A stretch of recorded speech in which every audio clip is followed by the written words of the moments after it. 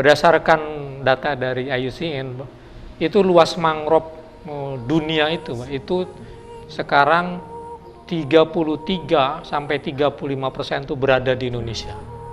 Kita cukup bangga gitu ya, bahwa di daerah-daerah lain kayak seperti saya baca di Thailand, di Filipina, di India, itu di Bangladesh juga sudah banyak dikonversi.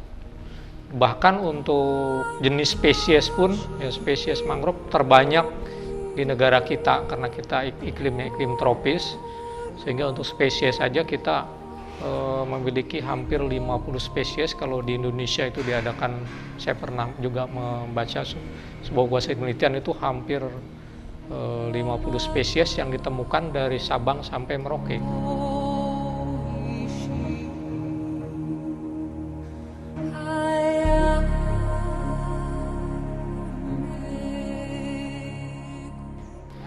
Nah, kalau kita lihat lagi bahwa luas mangrove, kalau kita lihat pulau per pulau itu di Jawa itu sudah hampir habis di Jawa, di Pulau Jawa.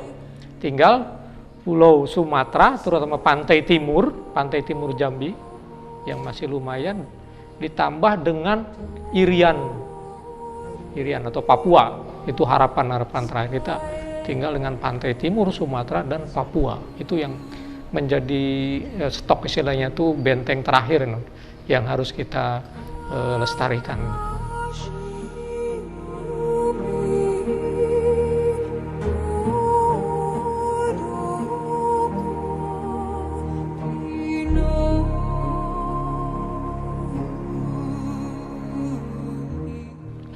Kegunaan atau manfaat secara ekonomi,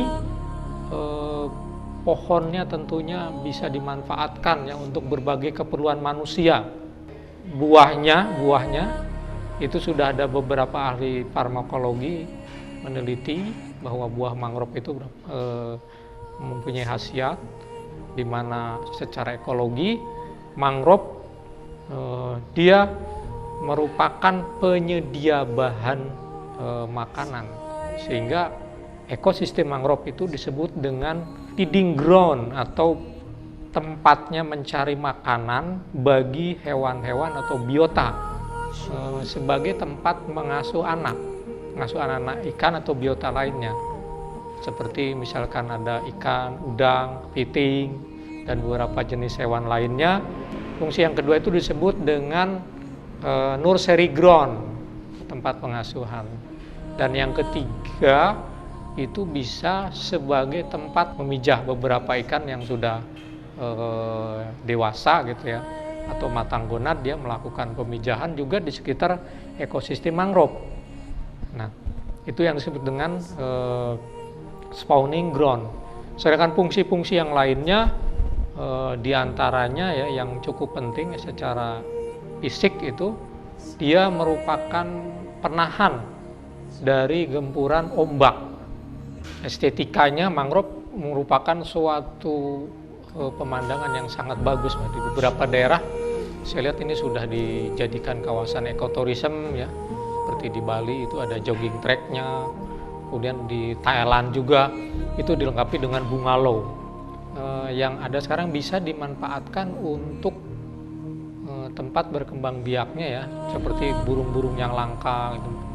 Dia bisa hinggap satu pohon mencari makan, juga bisa untuk tempat berkembang biaknya satwa-satwa, tidak hanya ikan tetapi juga satwa-satwa darat, kayak seperti mungkin ada babi hutan, terus kemudian ada beberapa binatang-binatang yang darat ya, termasuk mungkin yang binatang yang bisa terbang kayak burung dan lain sebagainya.